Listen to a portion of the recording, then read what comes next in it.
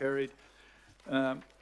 Right, we've got Phil and Ross who are going to give us the quarterly financial update. Let's report first.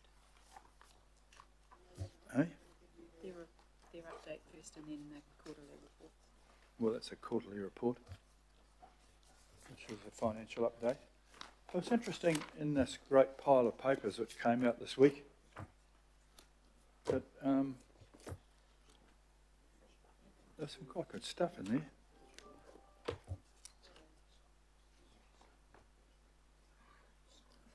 What do I have in there?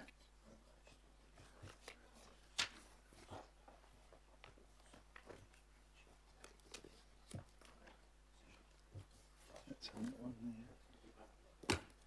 Right, mate.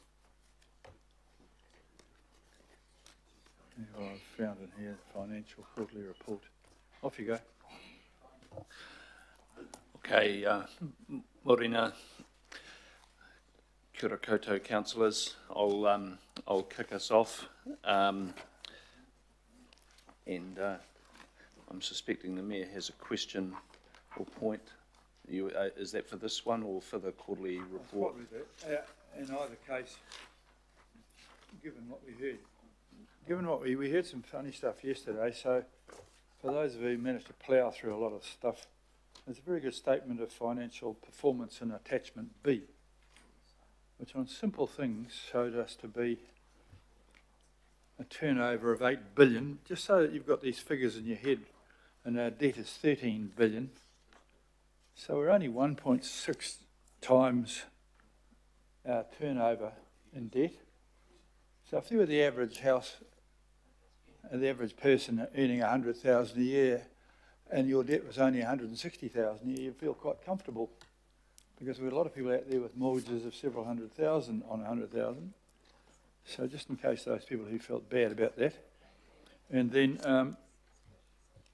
our asset base is 77.6 billion, and our debt's 30. It's only 17% of debt to equity. So again, if you've got $1 million house, you would only be allowed to owe $170,000 to be in a similar position. A lot of people owe a hell of a lot more than that on their $1 million house. So just at a simple level, for those people who are not terrifically good at numbers, it's pretty good shape. The average householder would have been very happy to be in the shape that we are, and the government wouldn't believe that they could get into the shape that we are. So just when people tell you how terrible things are, they're actually pretty bloody good. I just wanted to sort of point that out for you. So it's an item 9 there in case you find it a bit hard to find your way through all the bits and pieces. But now, give us the update there, Chief Executive and Group Financial Officer. Thank you, Mr. Mayor. That is indeed good, although I will demonstrate to you our ongoing and deep commitment to financial discipline in the organisation, notwithstanding. So, I'm going to start with recovery this month, just to give you a sense of how things are tracking there. The number of buyouts completed has now reached 735.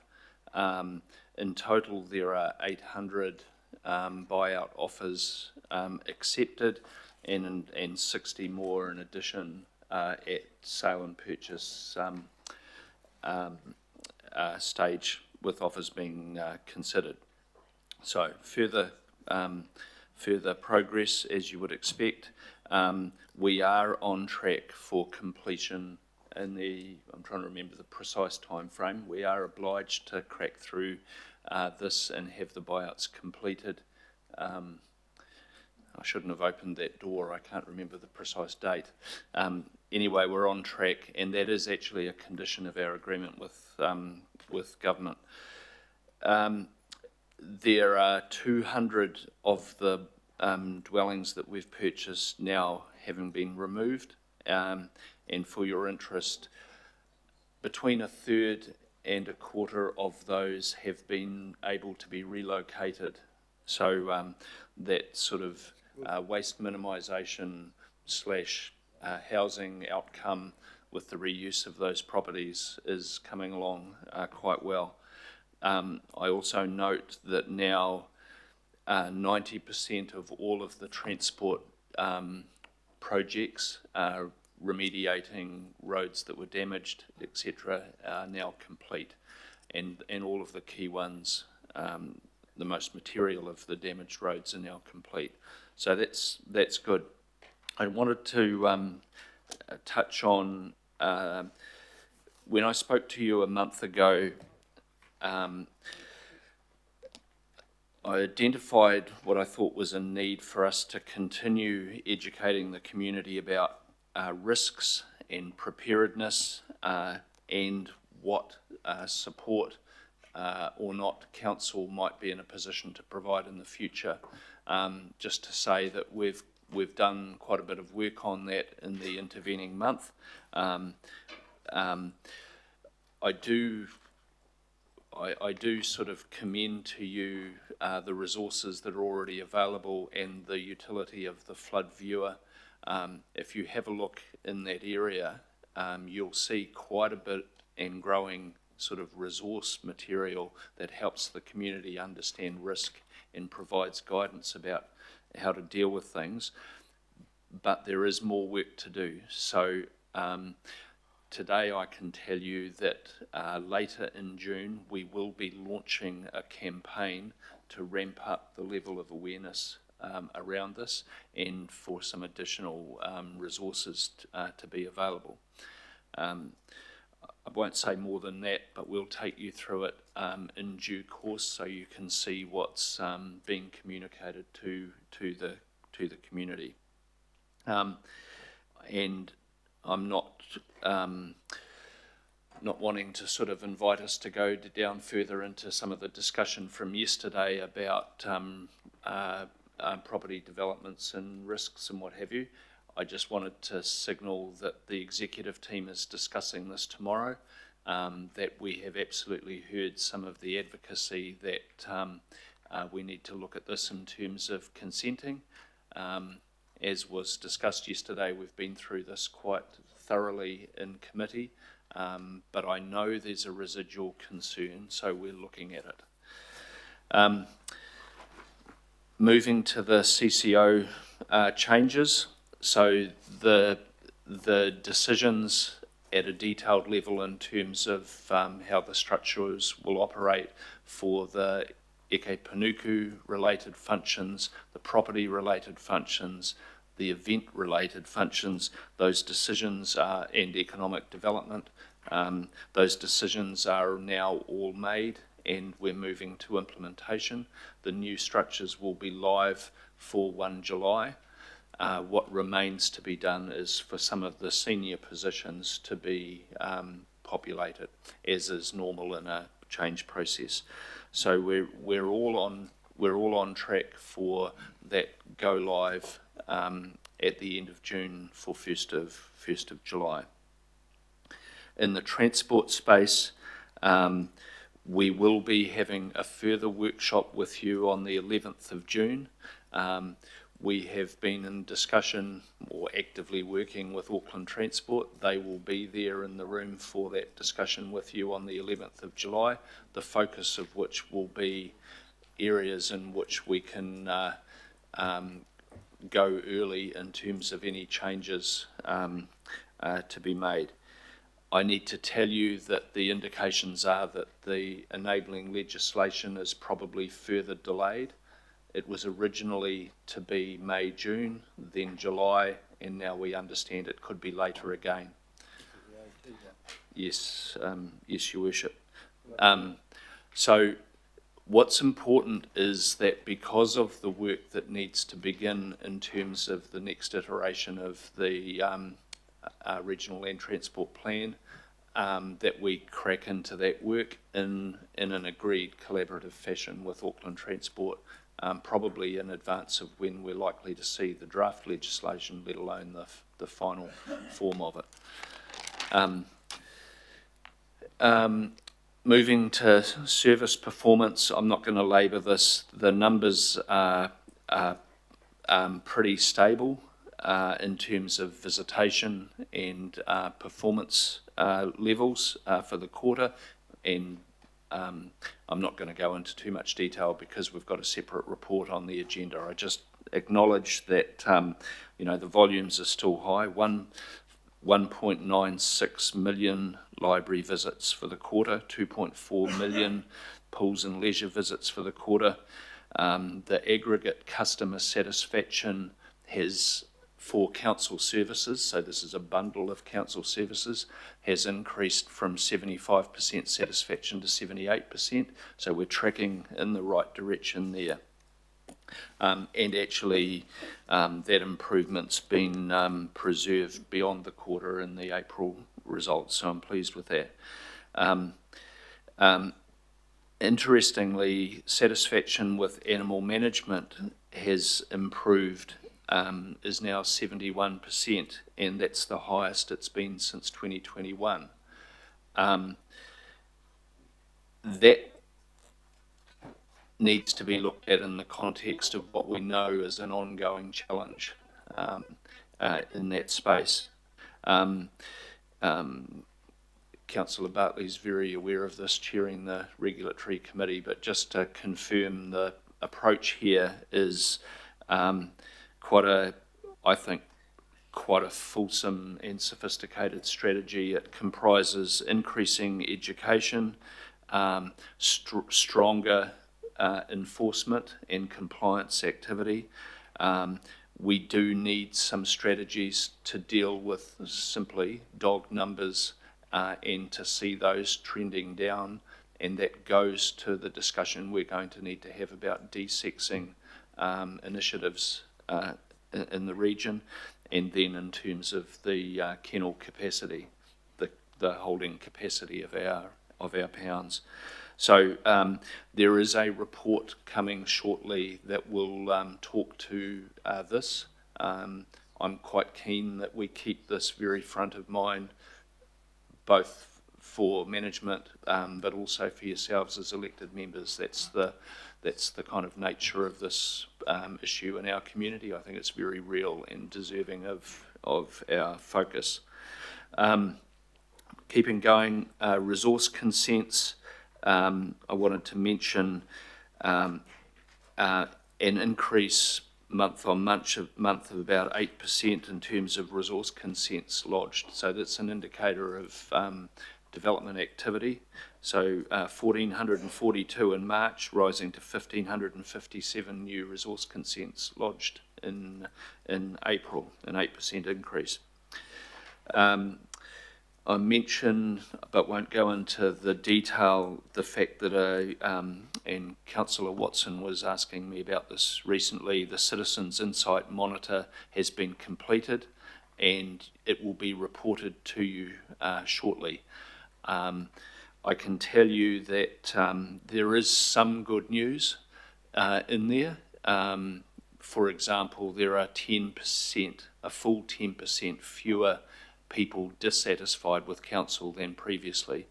So the trajectory is good, but we've still got a lot of work to do in this space. Best I leave it till we've got the full report in front of you for discussion in due course. Yeah, and that, and by the way, that, you know, 10% fewer people dissatisfied with council in a year is actually a really quite impressive improvement, and 14% fewer in a 3-year trend. I'm not trying to gloss it up too much. We've got a lot of work to do still, as I say. Good news, other good news. I'll just reel a few things off here. Corporate property and savoury construction won a gold award at the New Zealand Master Building Association Awards for the redevelopment work in the Manukau Civic Centre.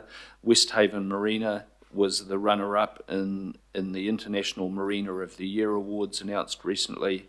One of our good parks people, Hal Davies, was awarded the Parks Person of the Year in that area's recent awards. Kaipariki Reserve, which is the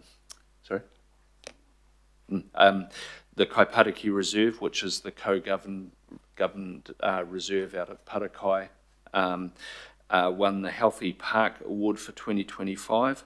And what else have I got? And in the stormwater space, the project to redo the outfall at Ports of Auckland won Project of the Year at the recent Stormwater Industry Conference. And Sarah Nolan in the Stormwater and Healthy Waters won the Young Stormwater Professional of the Year award. So some nice little bits of acknowledgement in terms of recent projects and some of our people. Something to warm councillors Fletcher and Lee's heart, the release of Kiwi from Ponui Island onto Waiheke, and a record 277 hihi stitchbirds fledged on Tiritiri Mātangi, the highest number. Yes. Just trying to share the love here, Councillor Walker. Oh, yes. Yeah, December for the completion of the buyout program.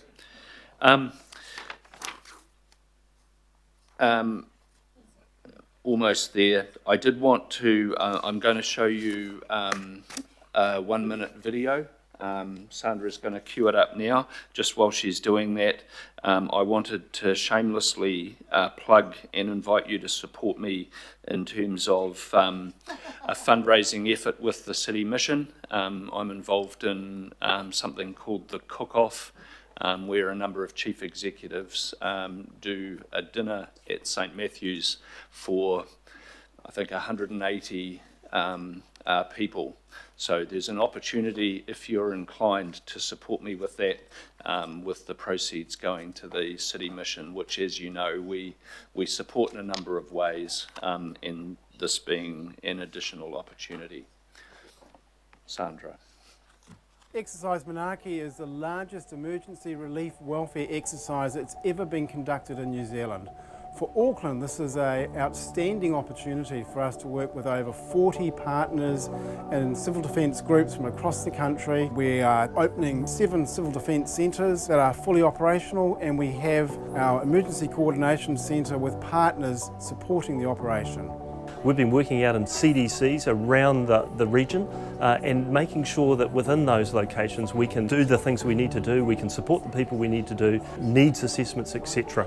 Then we feed that back into our emergency coordination centre, and that's where we've got a team of people who work in different functions looking at how we can support our communities. What we learn in these situations is whether the processes and procedures that we have in place will really work in an event situation. So today, we looked at a severe weather event, but the procedures and processes that we have in place and that we were practicing today are equally applicable to many other different scenarios. Within the ECC and around the floor, you would have seen great examples of collaboration, and that may be round tables, it may be in front of whiteboards, it may be in front of some of the equipment and the tools that we use. So a fantastic way to get all of that happening as well. We just really want to thank everybody who's given up their time, both in the preparation and the participation for today, in helping us test these processes and procedures. Work like this is absolutely invaluable to make sure that we are well prepared and well placed to serve our Auckland communities in a time of any disaster.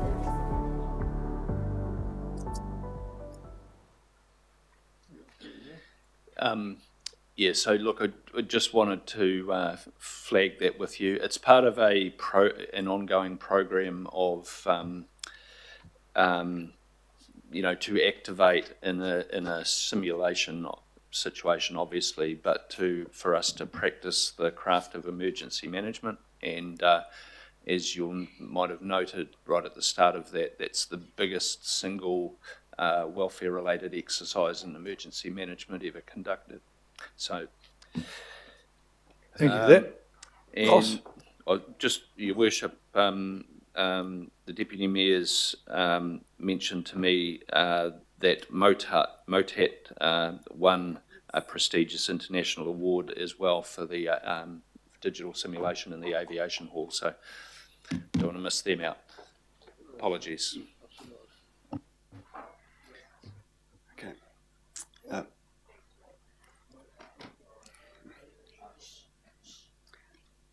Okay, good morning everyone. So in terms of financial updates, so obviously annual plan, you agreed the budget for the annual plan yesterday, so staff will now go away and turn that into financial projections, financial statements and budget documents for you to adopt at the end of June, alongside striking the rates for next year, which will be based around the 5.8% residential rates increase you agreed yesterday.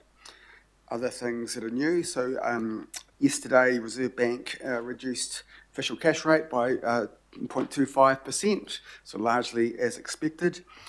They did include in their monetary policy statement predictions, but there's quite a lot of uncertainty. They mentioned uncertainty many times, and there's a couple of different scenarios, one that has high rise in inflation due to the tariff situation, and another one has global recessionary impacts due to tariffs and therefore reduced inflation. So they kind of said inflation might be higher, might be lower, and therefore interest rates might go up or might go down. So really highlighting lots of uncertainty in that picture going forward. So the movement itself was expected. We're well hedged, but I guess it just does signal the need to monitor that ongoing global uncertainty in the financial world. In terms of savings, so this month we reported to the Rev Committee about the achievement of the 66 million savings target and how that was achieved 3 months ahead of schedule. So there's still now work ongoing for next year's saving. So 50% of those savings roughly was ongoing, and the other 50% was one-off. So we'll need to find replacement savings next year, plus the target gets bigger in line with long-term plan predictions by about 20 million, and there's another 8 million gap we need to find. So we're confident, and there's good progress working away on those things, but it is challenging to meet those kind of tough savings targets. In terms of the financial picture for the month, so things sort of remain, similar trends, all pretty favourable. Group capex was 3.1 billion delivered year to date by the end of April. So that was 94% of budget. With Auckland Transport at 89% of budget, and Watercare delivering 78% of budget. So a little bit lower than the 94%, but that was offset by the buyouts. 595 million, so just under 600 million buyouts completed over the course of this financial year to date. In terms of revenue expenditure, group revenue was largely in line with budget. What we saw was lower water charges and ongoing lower public transport revenues as a result of lower than expected patronage.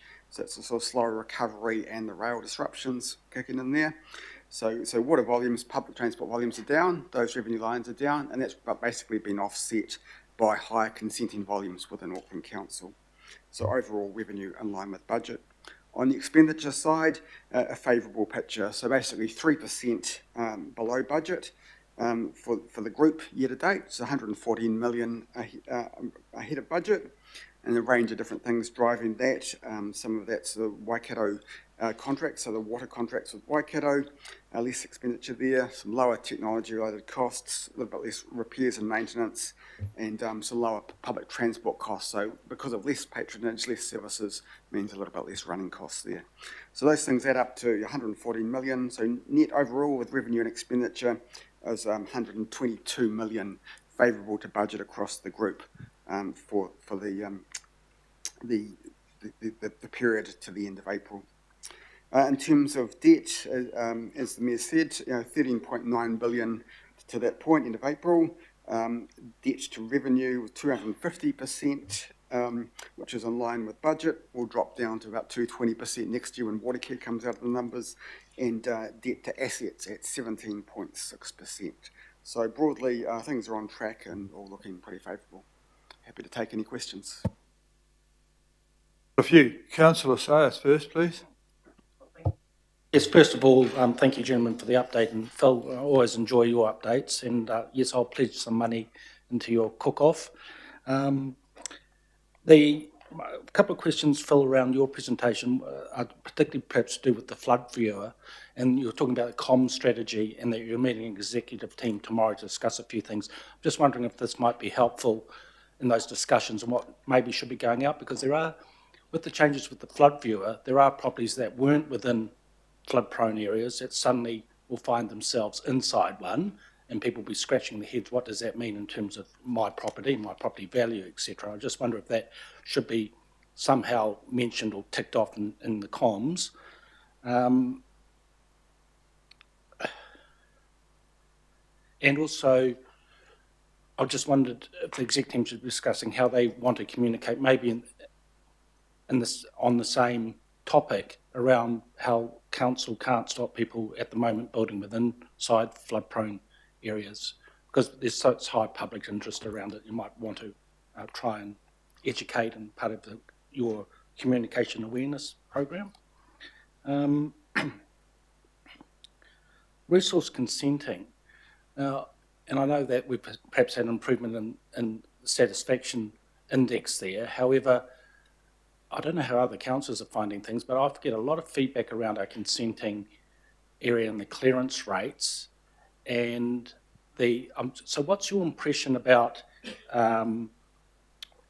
what's your thoughts about our public perceptions around our clearance rates of our resource consents? And maybe tied into that question, what are we doing to lower the number of RFIs we have to send out there? So that seems to be a lot of the feedback. RFI after RFI after RFI, the clock starting, certainly longer than the statutory requirement on a straight timeline.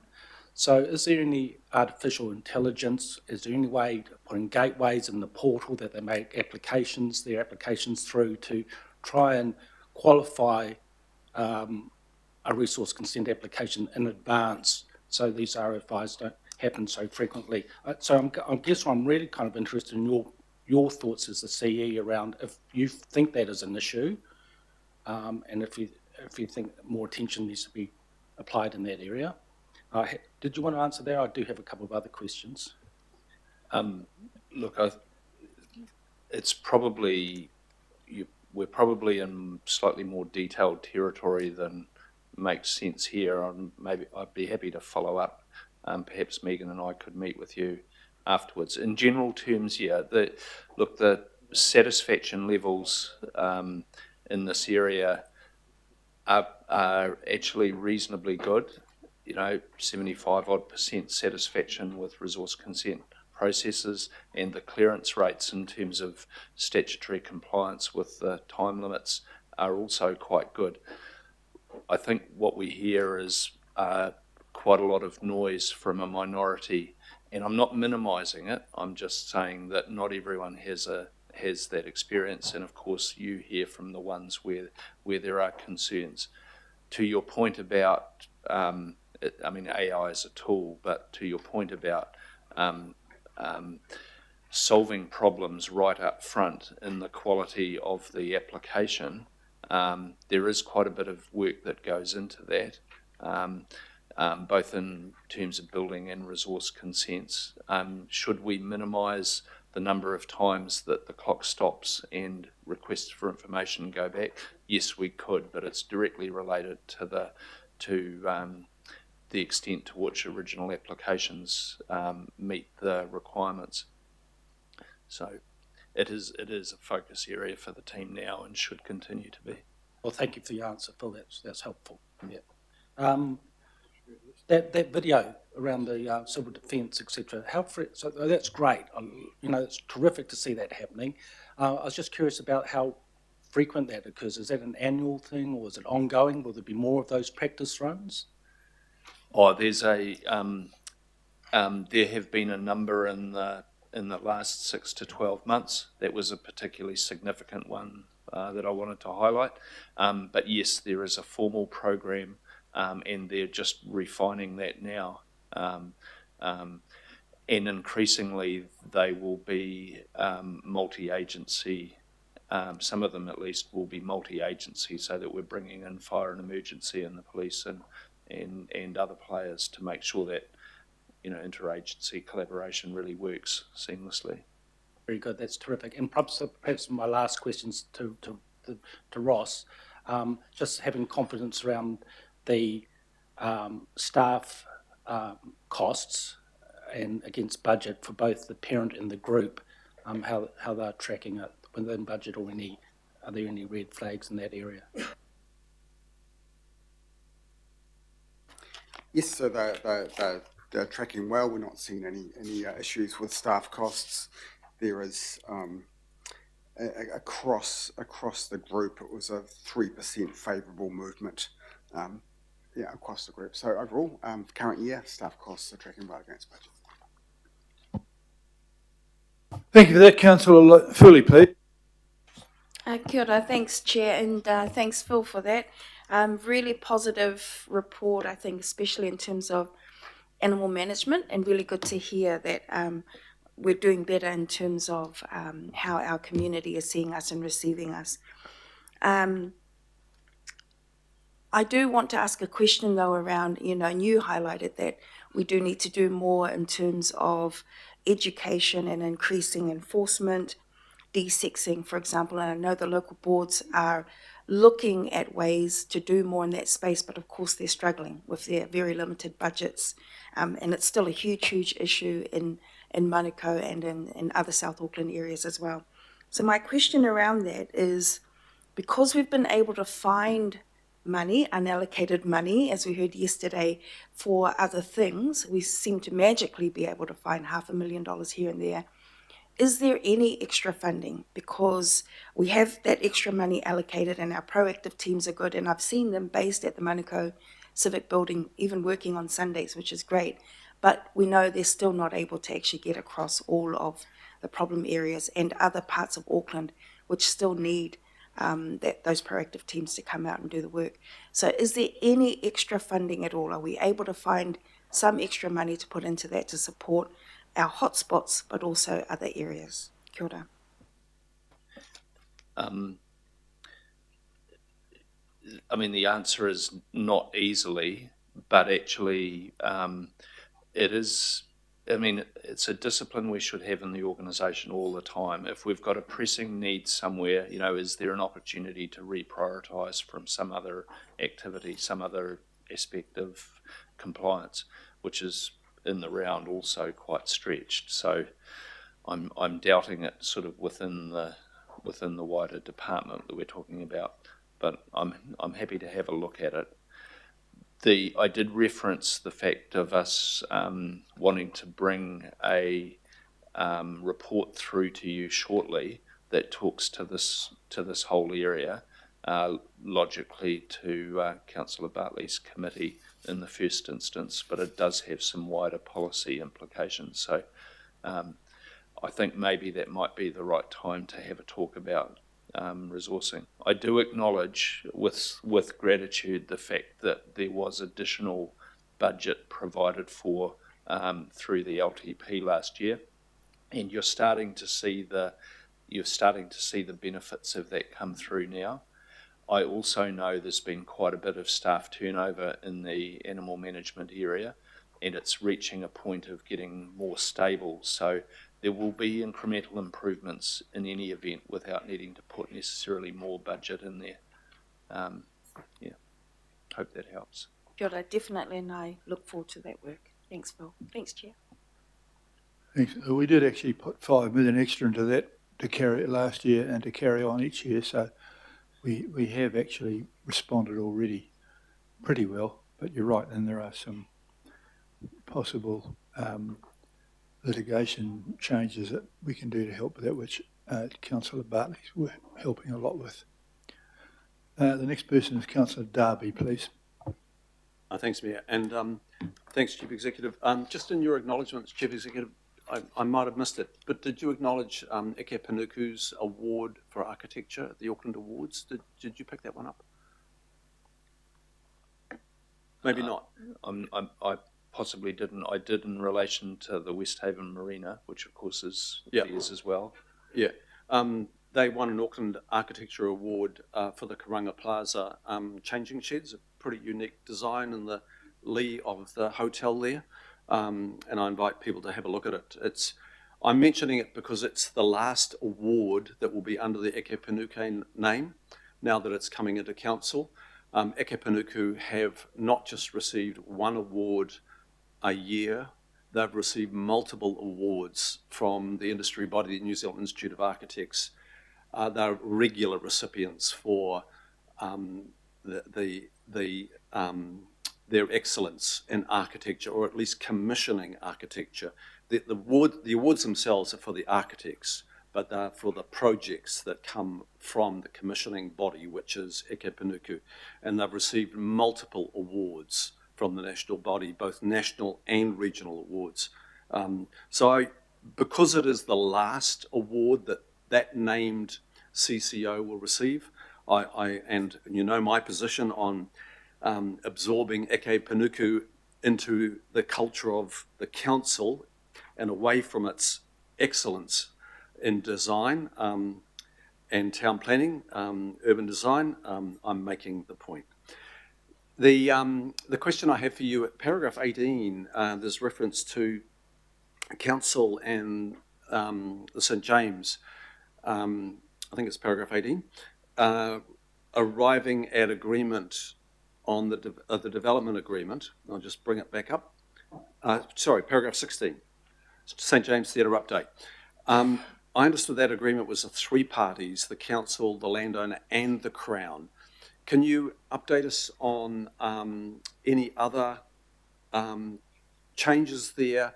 And is it actually a development agreement that has now been landed firmly with both other parties, both St James and the Crown? Councillor, I'll have to come back to you on that. I haven't got it in front of me, I'm afraid.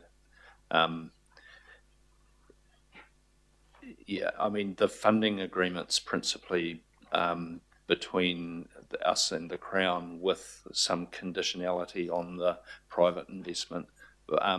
Might be best if I circulated the most recent paperwork to you, which is appropriate to do. Okay, that'd be good. And the final question is on Auckland Transport's well promoted in the private sector public transport incentive scheme, and of course this council wants to grow public transport patronage, and it's actually put the heat back on Auckland Transport through the SOI to maintain its trajectory rather than weaken it, despite us providing it with a lower level of funding. It's a scheme called Fair Share, which incentivises staff to take public transport. Auckland Transport offers a 25%, no, it offers a subsidy to its staff, and it has seen a big lift in public transport usage by its staff. And in the private sector, in the partners that it is engaged with, it has seen a 30% growth in public transport patronage in the partnering companies, a strong response. Now, I understand that your office is engaged with seeing the Auckland Council core group offer Fair Share to all our staff, be it a Monday to Friday or Monday to Sunday and whatever subsidy level, to further incentivise the uptake of public transport from this council. It is proven a little bit odd when Auckland Transport go to the corporate sector and they might ask a question, what is Auckland Council doing about offering Fair Share, and we're not. So can you just give us an outline as to the pathway to delivering Fair Share for our many thousands of staff to incentivise their public transport travel? Yes, thanks, Councillor. I have discussed this with Dean Kimpton, and I'm aware of Auckland Transport having implemented this. I have said to staff in the organisation that I'm supportive of us doing an implementation at our end as well. Why? Because two reasons. I agree that there's a sort of question of, I suppose, moral leadership for the city if we are looking to get private employers subscribed to the scheme. It does look a bit odd if we're not in the tent supporting it as well. and secondly, and obviously, we do want to drive up public transport usage in terms of the staff commuting thing. There is a third reason, which is, in my reckoning, and there's some research to back this up, for the dollar that we spend on a scheme like that, we actually get more than $1 back in terms of goodwill, commitment from staff and what have you. The caution for me is that we're in discussions right now as we speak with the Public Service Association over wage settlements, salary movements, terms and conditions more generally. And I did not think it was wise to subscribe to the cost of fair share right at this moment until I'm clear what our freeboard is coming out of those discussions. If we're in a position to afford to implement it without compromising our careful management of staff costs, then I absolutely want to go there because I think it's the right thing to do. But it's I won't get into the employment contract renegotiation sort of domain too much here, but I'm looking at the costs in that context in terms of the wider staff vote. So and thank you. I really appreciate that comprehensive reply and positive outlook on the fair share scheme being available to our staff. Is there maybe a 3-month period there'd be greater certainty, or is it 1 month? We'll have some clarity within, I think, 1 to 3 months. So for staff who are watching this, I'm not promising it. I'm just saying that in good faith, we're looking carefully at it. We've done quite a bit of work to model what the costs might be. So I know what we'd be up for. I just need to make sure responsibly that it will work within our staff budgets. Thank you. That's very positive. Thank you, Mayor. Thank you, Councillor Darby. You'll be pleased to know that I came in the bus today doing my little bit to help lift the thing. And as far as Iki Panuku, those bloody changing sheds, that reflected badly on the architects. They're the worst changing sheds I've ever changed in, but they won an award. And Councillor Henderson. Thank you. This might be one of the most soft, ridiculous questions of the term, but I'm actually interested in the answer. Look, I'm just noticing the strong attendance figures for libraries and swimming pools, the net promoter scores going through the roof, people are loving council services in greater number. Do you have any explanation for why this trend is occurring? What are we doing differently? Well, I think the experience that people have of those services is pretty positive in the round, and the staff work really hard to make that the case. I think the community's ascribing a particular value to things they can access at the moment when economically things are a bit tight and they can't afford other options. Realistically, I think that's part of the picture as well. So, more people are using these and valuing them as a consequence, if I had to speculate. But I think at the core of it, we're doing quite a good job with it. I thought you were going to ask me about the state of origin. That was my next question, but I'll save it. Now, look, I won't speak, but just to acknowledge all of our staff that work in the public sector here in council. It's a success for them to see those results, and I think they should be really proud of that. It's awesome. I do have just one more question. It's around consenting. It's a little bit complicated. I'm trying to phrase it right, but just getting a little bit of negative feedback, not in terms of timing, but in terms of going back to people applying for consents over and over, asking for different adjustments that were not picked up the first time, and that's pushing things out. So it's kind of it's a bit of a detailed gripe, but I'm actually getting quite a few complaints about it at the moment. So just want to kind of, I guess, raise that with you, and if there's been any sort of word around the traps and why that might be.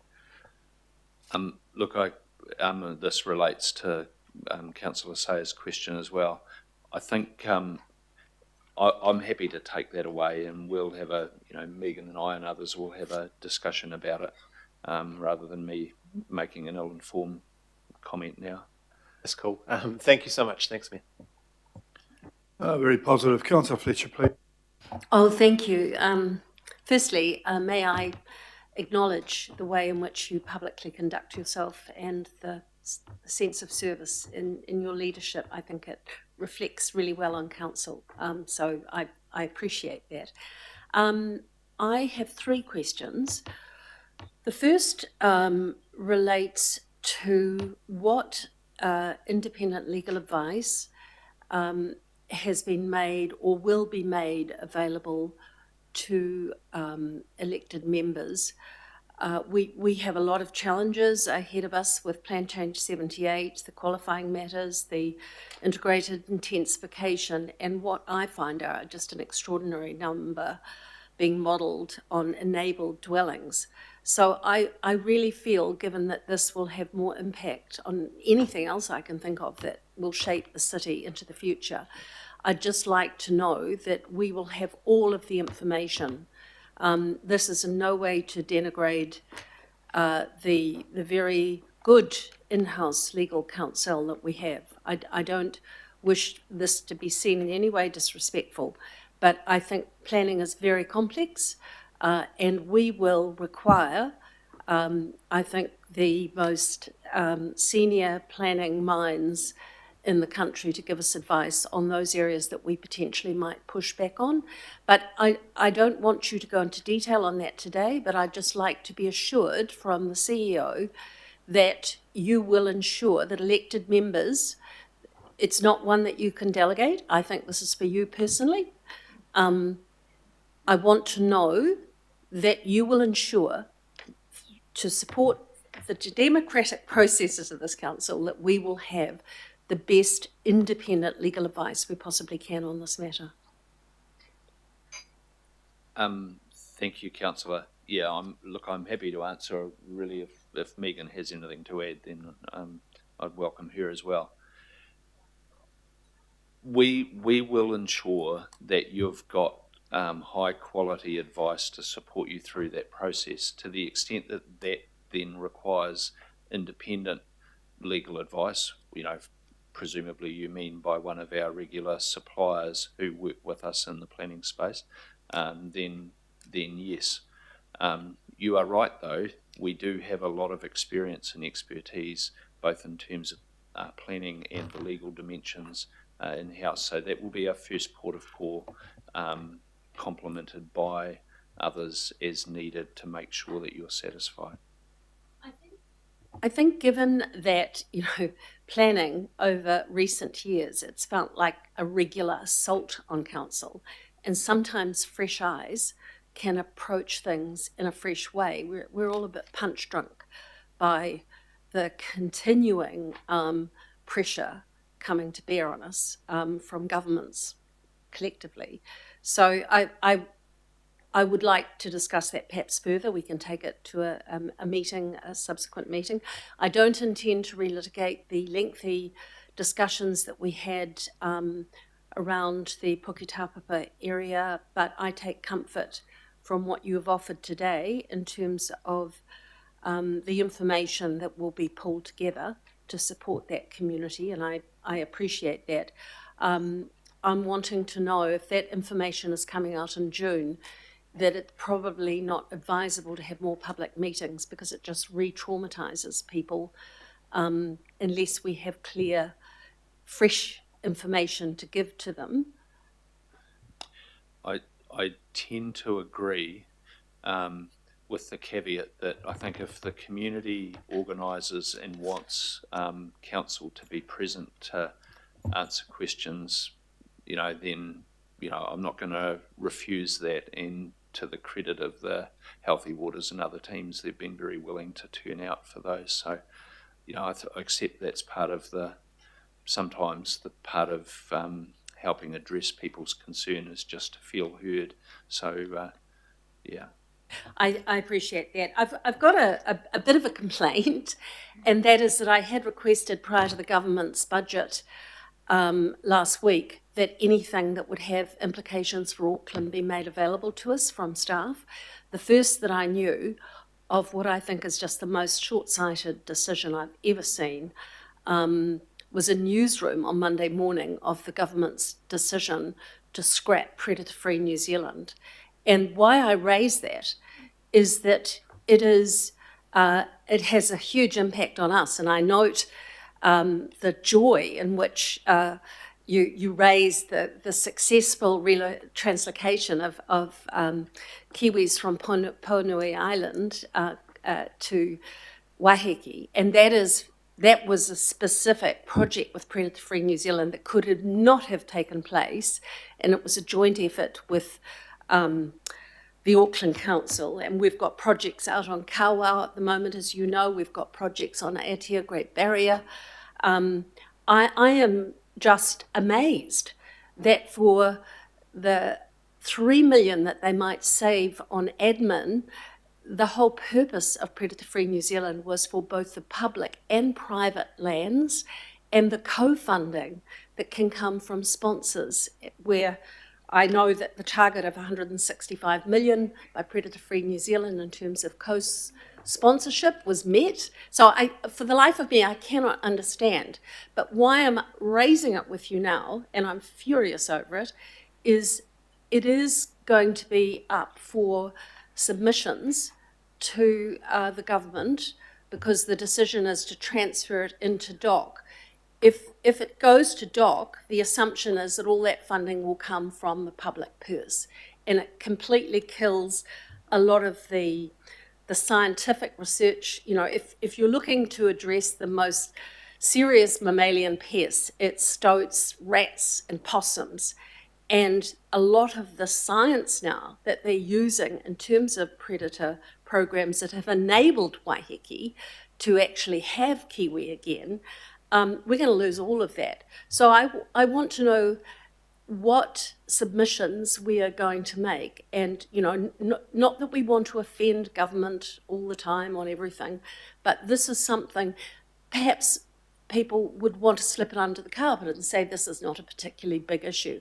I think the eradication of stoats and possums and rats across this region are actually quite significant going into the future. And I'd like to know that there will be some seriousness in the way that the submission will be prepared and addressed, and without fear of any retribution from any government. Yeah, no, look, we'll support you in submitting. I think the first thing to do is I need to get more information about exactly what the process is and timeframes and what have you, and then obviously it's your decision whether to submit and what you want to say. I share some of your concern. I won't get into the politics of it, but we'll support you to do that. Why were we not told about this, given we have people who were analysing the budget? And why did it take me reading Newsroom at 6 a.m. on a Monday morning to find out something that was very important to me for Auckland Council? I think I understand the simple reason is that it was not very prominent and we didn't see it. Thank you. Thank you very much for that. Deputy Mayor Simpson, please. Oh, thank you, Mayor. Because a large part of this report is about our economic update, I'd just like to ask you a few questions, and you might ask Gary if he wants to come and join you. But you did mention the official cash rate reduction yesterday of 25 basis points, which of course is different to what you wrote in the report because you didn't know what we all thought it was, but you weren't sure. So I suppose my question is, if you look at the 4 points that you cover under the economic update for Auckland, it's not a good picture, is it? You know, our card spending was down 4.8%, larger than the national rate. Our employment in Auckland fell by 1.1%, again, larger than the national decrease of 0.7%.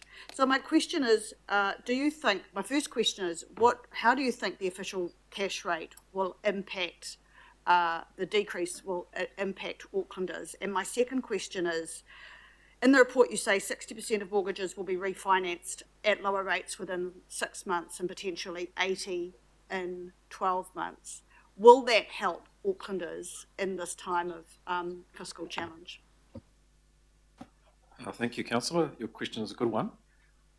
Yes, you're correct. The decision yesterday to lower the official cash rate by 25 basis points will be supportive of economic activity in the economy. As the report noted, we're expecting a couple of cuts this year. I think the updated forecasts that were released by the Reserve Bank yesterday imply at least another cut or two, and that's partly because conditions, the outlook, it's a bit weaker than expected, and part of that's due to global conditions where the uncertainty is higher because of tariff rate settings in the United States. And so the cut yesterday will be supportive of rates being lower. We've seen some movement in commercial bank rates overnight, some announcements yesterday, and so we would expect that that would flow through to, as you say, the resetting of mortgages listed there, 60% within the near term. That would free up money that would otherwise go from household budgets into servicing those mortgages. They'll be able to use it for consumption and for some spending that otherwise wouldn't happen. And then that flows through, of course, into business confidence and business investment decisions. So in essence, you're hopeful that things are actually getting better for Aucklanders? We should see activity pick up later this year. What we're really dealing with is short-term fluctuations. Unfortunately, this has been a downturn and quite a notable one. But we have to always think about the downturn is usually followed by an upturn, and there's a record of Auckland sometimes feeling or being a bit more sensitive to the downturns, but also doing a bit better in the upturns. And so this information is really made available to you to inform your near-term decision making.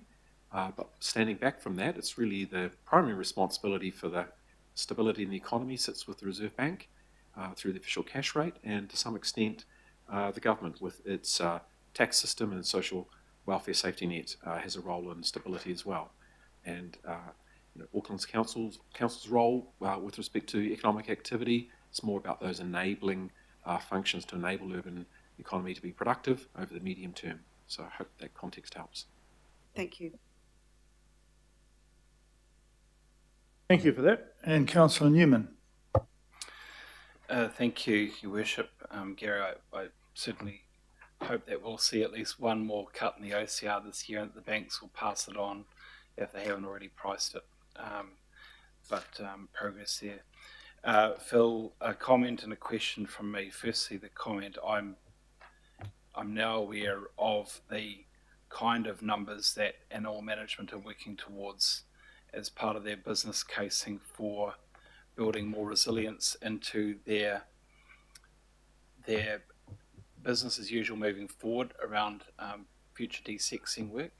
And what I want to say, and I think the Mayor needs to be aware of this as well, is that I do support making permanent some of those improvements that will be required in animal management. I do think if it requires, because this has to be rate funded, I don't think there's a heck of a lot more that can be taken out of dog registrations and licensing. So I just want to give indication. I'm not sure if I'll be back, but if we had this conversation in the future, it does need to start at Councillor Bartley's committee, but it will need to inform a future budget, which I want to express my support for. With respect to development contributions, we're going to see a paper later today about DCs. I just want to get your assurance. Recently we had a long and I think a largely unfunded conversation about the open space plan.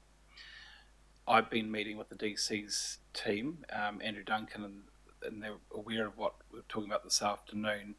I want to have your assurance that the people that are designing that open space policy and the PCF teams are going to be providing all of that information in a timely way so that this can quickly inform updates to the development contributions policy, because unless some of that work that has been done at a policy level around parks and open spaces feeds through to DCs to change the policy soon, we're not going to be charging developers their fair share. And I want the team to start in my ward in Papakura, because that's where a lot of the growth is. But we need to get that information about the open space plan to inform the DC's policy so that we can consult on it. I think that's going to need, your support, because some of the numbers that will come out of that will be quite confronting and developers will not like it. But I think that it does need political support and also needs yours. Yeah, thanks, Councillor.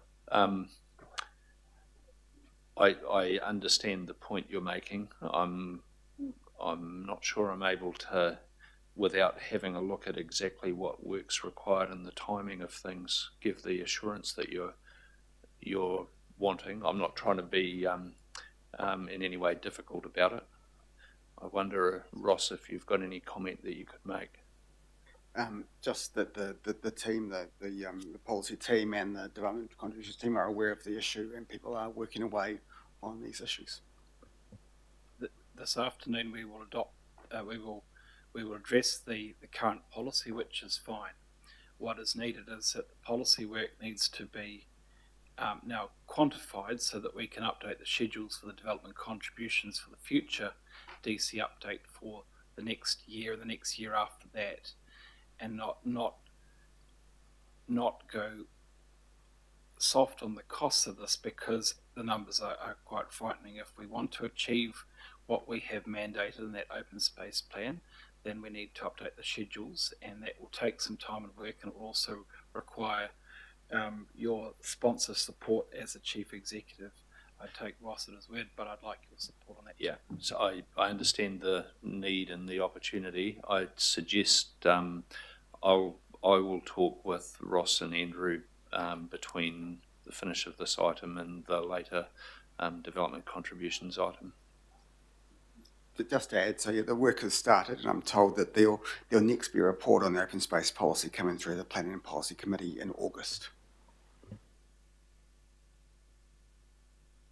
Okay, thanks, Councillor Walker. Sure, I've got a few questions that I'll just raise, and essentially, as much and all as it would be useful to have some feedback now, what I'm indicating is the importance of having some future reporting on these items. So I'll just raise them. The first one goes to a number of issues that have been raised. The issues that Councillor Fletcher raised around intensification, predator-free axing, that I'm sure Sir Rob Fenwick would have been very, very disappointed around flooding in the Auckland deal. And my request is that this council, however many councillors are interested, meet directly with ministers once again, as we used to do in the term of Len Brown, somewhat less, if at all, under Phil Goff, and not at all so far under the current situation. We know that the government is calling many of the shots, that they're a prime funder across transport, flooding response. As Councillor Fletcher has mentioned, they've pulled the rug out of predator-free. There's the Auckland deal.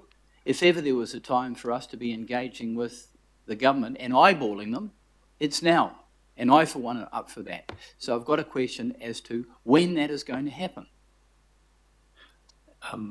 We'll confirm shortly. I can tell you that there are discussions underway about setting exactly that meeting up. So there is progress being made. We've been talking and working with the Mayor's office on that, so I'll be able to confirm that shortly. As to your other points, I acknowledge those, and I have no doubt whatsoever there will be more reporting and discussion about issues like intensification and flooding, quite obviously with the plan change coming up. And the other issues that I just want to raise, that it would be useful to have some more reporting on page 11, it mentions the ferry program is at risk. I've been asking for reporting on that for approaching 2 years now on the Transport Committee. I've sought assistance from my fellow councillor Morris Williamson, who's on the board. There's a substantial amount of government money at stake, and also Auckland Council money. And the concern that people are raising to me is, one, very, very significant cost overruns, potential of non-delivery, potential of the services being compromised because the operational costs of the vehicles being built, the ferries being built, may be excessive. And I could go on. Frankly, people are telling me that the stuff that we're going to get is not fit for purpose and could be much better. So this is a really serious issue that compromises the entire ferry network going into the future, and I'd really like to have some information about it soon. I'm just bringing this to your attention. Don't want an answer at this point, but it could be reflected in here, not only as a risk, but something imperative. The other issue that I'll just raise, that is a significant risk as far as many people in Auckland are concerned, particularly on the Hibiscus Coast, and it's partly, or I would have expected it to be in page 14 around water care, is the fact that large numbers of people across Auckland can no longer connect to the wastewater network,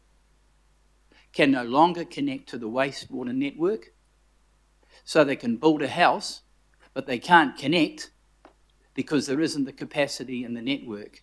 And in a number of instances, they can't connect to the wastewater network and they can't connect to the water network. So this is hugely significant. It's a huge risk. It's a massive risk within the Albany ward that I represent in the Hibiscus Coast, and it really doesn't get any recognition here.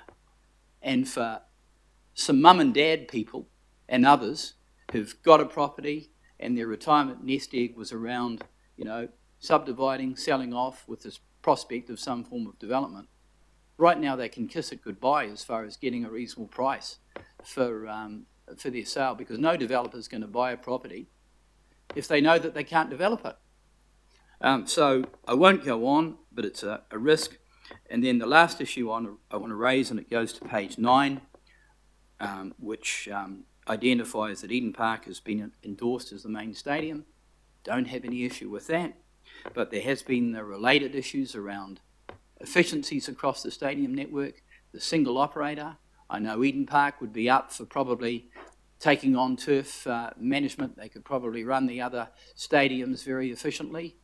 We need to start addressing that issue because it's costing us a lot of money.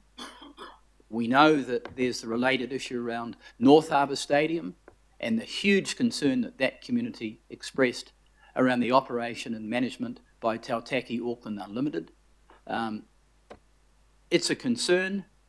When is it going to be addressed? Because we're now into next steps, and I don't want an answer there now, but they are items that are specified in your report that I think we should have some progress on. Phil, so you're welcome to make a comment, but essentially I'm looking for some progress on those items, some identification as risks and the importance of them so that they're elevated. Thanks. Yeah, thank you, Councillor. I'll take them on advisement, really. I'll happily arrange an update for you in relation to ferries. We are working with and on stadium matters. We're working with Eden Park and matters like the opportunity for shared turf management and accessing their expertise was on an agenda in a meeting I had with the Chief Executive and Board Chair only a week ago. So I can assure you those discussions are unfolding, but still have a long way to go. I just comment on the water and wastewater. I totally support what Watercare has done, foreshadowing where they have limitations. As you know, they've got a very substantial infrastructure investment program to address some of those needs. They cannot miracle solutions up financially or otherwise to some of those pressure point scenarios, and they're working on it. The most we can do really is to be clear and honest with the community about where the pressure points are and solve it for the longer term. So, that's what's happening, and I support them in that. Okay, well, Councillor, why don't we just all have one and go around the table? Councillor Bartley next, please. I won't be long. Thank you, Mayor. I just wanted to ask in regards to risk and preparedness to our CEO. Whenever it's heavy rain, flooding, the first thing the public says is council didn't clear the drains. But we all know Healthy Waters do an amazing job. When we do report flooding and a drain, contractors are out there. But is there a way to get out to the public that we are clearing the drains? Can we publish the schedule of streets or drains that are cleared, or how often we do it before a major event? Because guaranteed that's what everybody will say, oh, council didn't clear the drains, that's why it's flooded, and now they're clearing the leaves out of there, which is why the water's going down in the street. Is there a way to do something like that? Yes. There's obviously the sort of communication, education, etc. campaign that I mentioned earlier has a number of dimensions that included. I think there are things we can do to highlight the fact of those checks happening religiously in advance of heavy rain forecasts. Maybe we need to upload the footage from 60 drone flights around the region, and that's literally what they're doing, flying drones up the streams in advance of, so I'm agreeing with you. We just need to get the message out more effectively. Yeah, that's good, because if we are doing it, we need to be seen to be doing it. And also in that video you showed where everybody looks very busy, you're missing us. We're the elected representatives, and when anything happens out there, like if a family is flooded, they don't ring 3010101, they contact us. So we need to be able to tap into that whole hub of activity that's happening there, because people will come to us. So we need to be able to tap into that centralised hub there, and also know that it isn't going to be a centralised response. Like, we end up doing stuff in the community almost autonomously from what is happening with emergency management. So, Well, I take that invitation from you, and we can incorporate some stuff for you in future exercises and profile your role. I can promise you that people do ring 3010101 in their hundreds. So, if it makes you feel better. No, it's not about me feeling better. If I wanted to feel better, I wouldn't be. People contact us all hours when they're flooded, but we can't tap into that, whatever you showed in the video. So we need to be able to. And it's not about putting me in a video, it's about us as elected reps being able to tap into that resource. No, excellent. Thank you. Thank you for that. It's the best question so far, and you win a Danish pastry.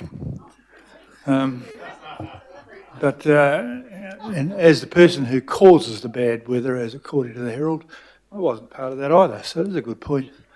And the other part, there's people who actually live on streets with trees where they lose the leaves, not to be encouraged, that those leaves are out in front of their houses. You're welcome to walk out and move some of them yourself, oddly enough.